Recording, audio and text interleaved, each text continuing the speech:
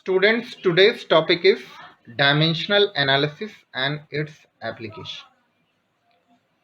Dimensional analysis is a tool to find or check relations among physical quantities by using their dimensions. When magnitudes of two or more physical quantities are multiplied, their units should be treated in the same manner as ordinary algebraic symbols. We can cancel identical units in the numerator and denominator. Similarly, physical quantities represented by symbols on both sides on a mathematical equation must have the same dimensions. Dimensional analysis can be used to check the dimensional consistency of equation, principle of homogeneity of dimension. This is known as principle of homogeneity of dimensions. Uh, Please note this: if an equation is dimensionally incorrect, then it is always incorrect. And if an equation is dimensionally correct, it doesn't mean that the equation is correct. So dimensionally correct means it may be correct or not, but dimensionally incorrect means the equation is sure, means we are sure that the equation is incorrect. Okay. To convert units of one system into another system, to derive the relation between physical quantities based on certain reasonable assumptions. Remember that only the relation between those physical quantities can be derived whose dependence is multiplicative or division type. If a physical quantity depends on addition or subtraction of more than two physical quantities, then that relation cannot be derived by using methods of dimensions. Okay. Checking the dimensional consistency of an equation. Let us see how we can check the dimensional consistency of an equation. The principle of homogeneity of dimensions. Dimensions of all the terms on both the sides of an equation which are connected to each other by plus or minus sign must be same. The magnitude of physical quantities may be added together or subtracted from one another only if they have the same dimensions. For example, initial velocity can be added to or subtracted from final velocity because they are having same dimensional formula ml t power minus 1. Either it is initial velocity, final velocity, relative velocity, or any velocity. Velocity has the same dimension, so velocity can be added to velocity. Velocity can be subtracted from velocity. In the same way, force can be added to force, acceleration can be added to acceleration, impulse can be added to impulse, momentum can be added to impulse can be added to impulse, momentum can be added to momentum, but momentum cannot be added to force because they are not having the same direction, same dimension. Sorry, momentum cannot be subtracted from I can say velocity because they are not having the same dimension. So quantities which are having the same dimensions can be added or subtracted. But what is written here, I'm just reading it out. But force and momentum cannot be added because their dimensional formula are different and are ml t power minus 2 and ml t power minus 1 respectively. Example, there are some examples we can see. To check the dimensional consistency of v square is equal to u square plus 2as, just look at this equation and try to write the dimensions of each term on left hand side and right hand side of this equation. Let us see the dimension of quantities involved in this equation are, what is the dimension of u ml t power minus 1, so u square will be ml square t power minus 2. What is the dimension of v? ml t power minus 1. What is the dimension of a? ml t power minus 2. And what is the dimension of s? ml t power 0. So substituting the dimensions of the given of the dimensions in the given equation, look at this.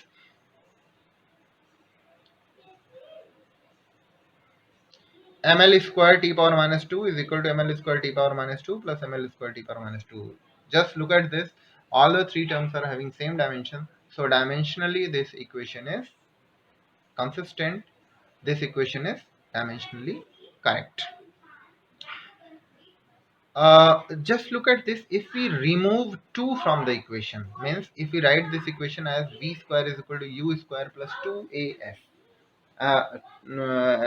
remove 2, we will write v square is equal to u square plus as. Then also the equation will be dimensionally correct, but we know that that equation will be incorrect because 2 must be there. 2 होना चाहिए वहां पे, 2 नहीं होगा तो equation correct result नहीं देगा. तो इसका मतलब ये है कि डायमेंशनली करेक्ट इक्वेशन है तो ये गारंटी नहीं है कि वो इक्वेशन करेक्ट ही होगा. ठीक है, तो ये बात आप यहाँ से देख सकते हैं. 2 हटा देंगे तब भी ये कंसिस्टेंट रहेगा डायमेंशनली. तो डायमेंशनली अगर कोई इक्वेशन करेक्ट है तो ये जरूरी नहीं है कि वो इक्वेशन करेक्ट ही हो. ठीक है, लेकिन अगर कोई इक्वेशन डायमेंशनली इनकरेक्ट है तो ये श्योर हो जाइए कि वो इक्वेशन इनकरेक्ट ही होगा, उसमें कोई चांस नहीं है कि वो करेक्ट हो जाए. ठीक है, okay. Each term of the above equation is having same dimensions. Therefore, the given equation is dimensionally correct or dimensionally consistent. If an equation fails the consistency test, it is proved wrong, definitely. But if it passes, it is not proved right. Okay, I have just explained why this happens. ठीक है, मैंने आपको बताया. Thus, a dimensionally correct equation need not be actually an exact equation, but a dimensionally wrong or inconsistent equation must be wrong. Example: equation v square is equal to u square minus 2as, v square is equal to u square plus half as are dimensionally consistent but not correct equations in mechanics. Okay. Albert Einstein tried his famous mass energy equation as E is equal to m upon c square, E is equal to m square upon c, E is equal to m square c, etc. Finally, he settled with E is equal to mc square using dimensions and then proved it with the help of calculus and other mathematical techniques. To check the dimensional consistency of half mb square is equal to mgh. The dimensions of the equations involved in the equation are, dimensions of the quantities involved in the equation are m is equal to ml0 t0, v m0 lt minus 1, g m0 lt minus 2, h m0 l1 t0. Substituting the dimensions in the given equation, note that the constant half in the term half mb square does not have the dimensions. Okay, any numerical constant don't have any dimension. So we will arrive at ml square t power minus 2 is equal to ml square t power minus 2. Both the sides have same dimensions, therefore this is dimensionally correct. Each term of the above equation is having same dimension, therefore the given equation is dimensionally correct or dimensionally consistent. Okay, look at another application of dimensions: conversion of units from one system into another system. Units are derived from the dimensions and dimensions are derived from the actual formula of physical quantity. If the dimensions are known for a physical quantity, then it is easy to express it in FPS, CGS, FPS foot pound second, CGS centimeter gram second, MKS meter kilogram second, SI system, international system of units, or any other arbitrary chosen system. Okay, look at the equation which is written below. N1 is the numerical value in the first system and N2 is the numerical value of the same physical quantity in the second unit system. Okay, M1 is the unit in first unit. M1 is the unit of mass, L1 is the unit of length, and T1 is the unit of time in first system, and M2, L2 and T2 are those in the second system. Okay, so the quantity can be represented as numerical value multiplied by unit.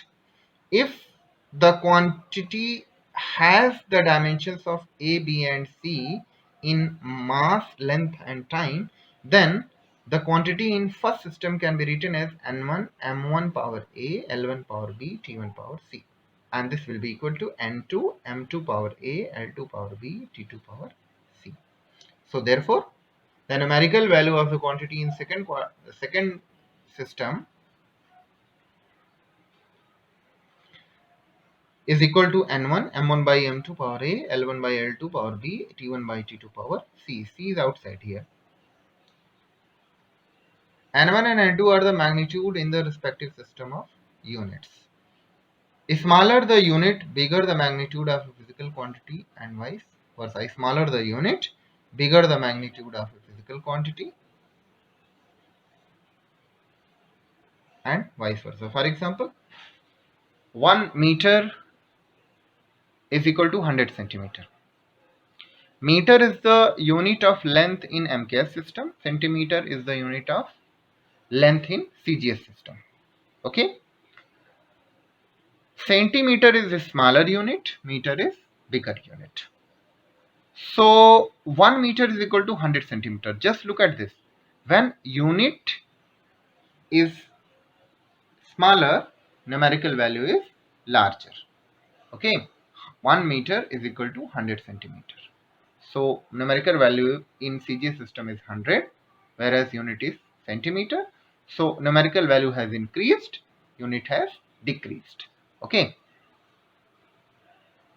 For example, 1 meter is equal to 100 centimeter. Just I have explained to you. Okay, next. How to convert 1 joule in erg? Let me explain you that joule is the unit of energy in SI system or MKS system, and erg is that of in CGS system. Joule is the unit of energy or work in SI system, and erg is the unit of energy or work in CGS system. The dimensional formula of energy or work is ml square T power minus 2. What it means? It means that whatsoever be the system of unit, the energy or work will depend on first power of mass, second power of means second power of length, and minus 2 power of time.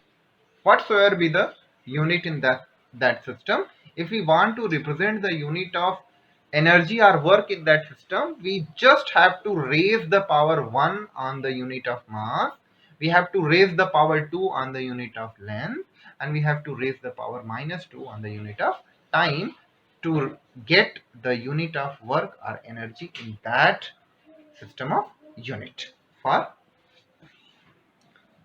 simplicity, let us see the unit from dimensions in SI and CGS system are kg meter square seconds power minus 2 and gram centimeter square second power minus 2 respectively. Let N1 joule is equal to N2 ergs. Now look at this. Magnitude N1 is equal to 1 joule, N2 we have to calculate. Mass M 1 kilogram is equal to 100 gram. In SI system mass is 1 kilogram, CGS system में ये 1 ग्राम है.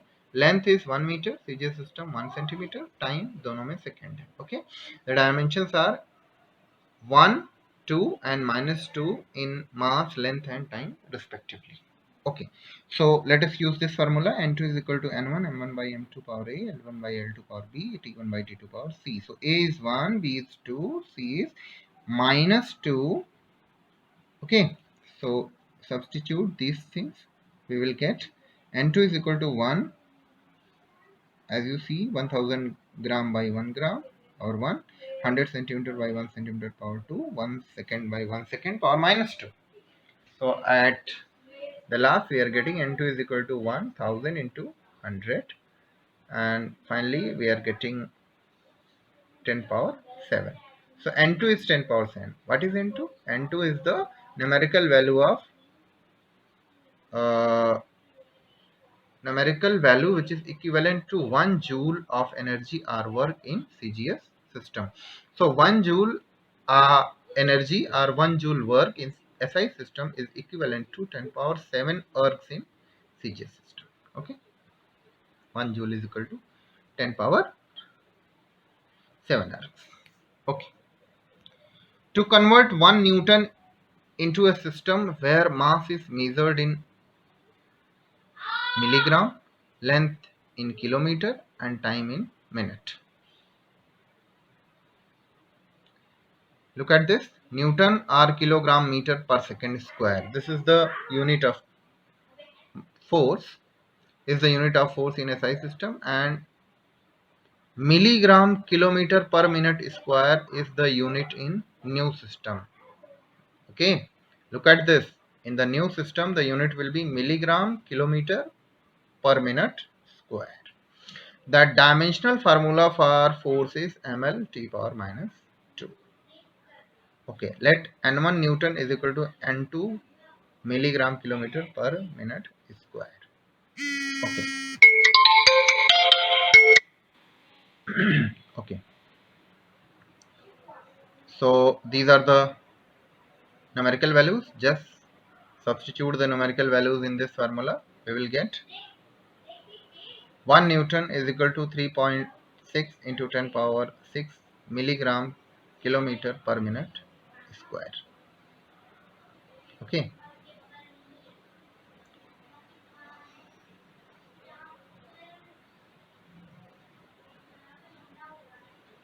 Deducing relation among the physical quantities. The methods of dimensions can be sometimes be used to deduce relation among the physical quantities. For this, we should know the dependence of the physical quantity on other quantities. Up to 3 physical quantities are linearly independent variables and consider it as a product type of the dependence. I have already explained to you that if the dependence is not product type, then we cannot explore the relation using dimensional analysis.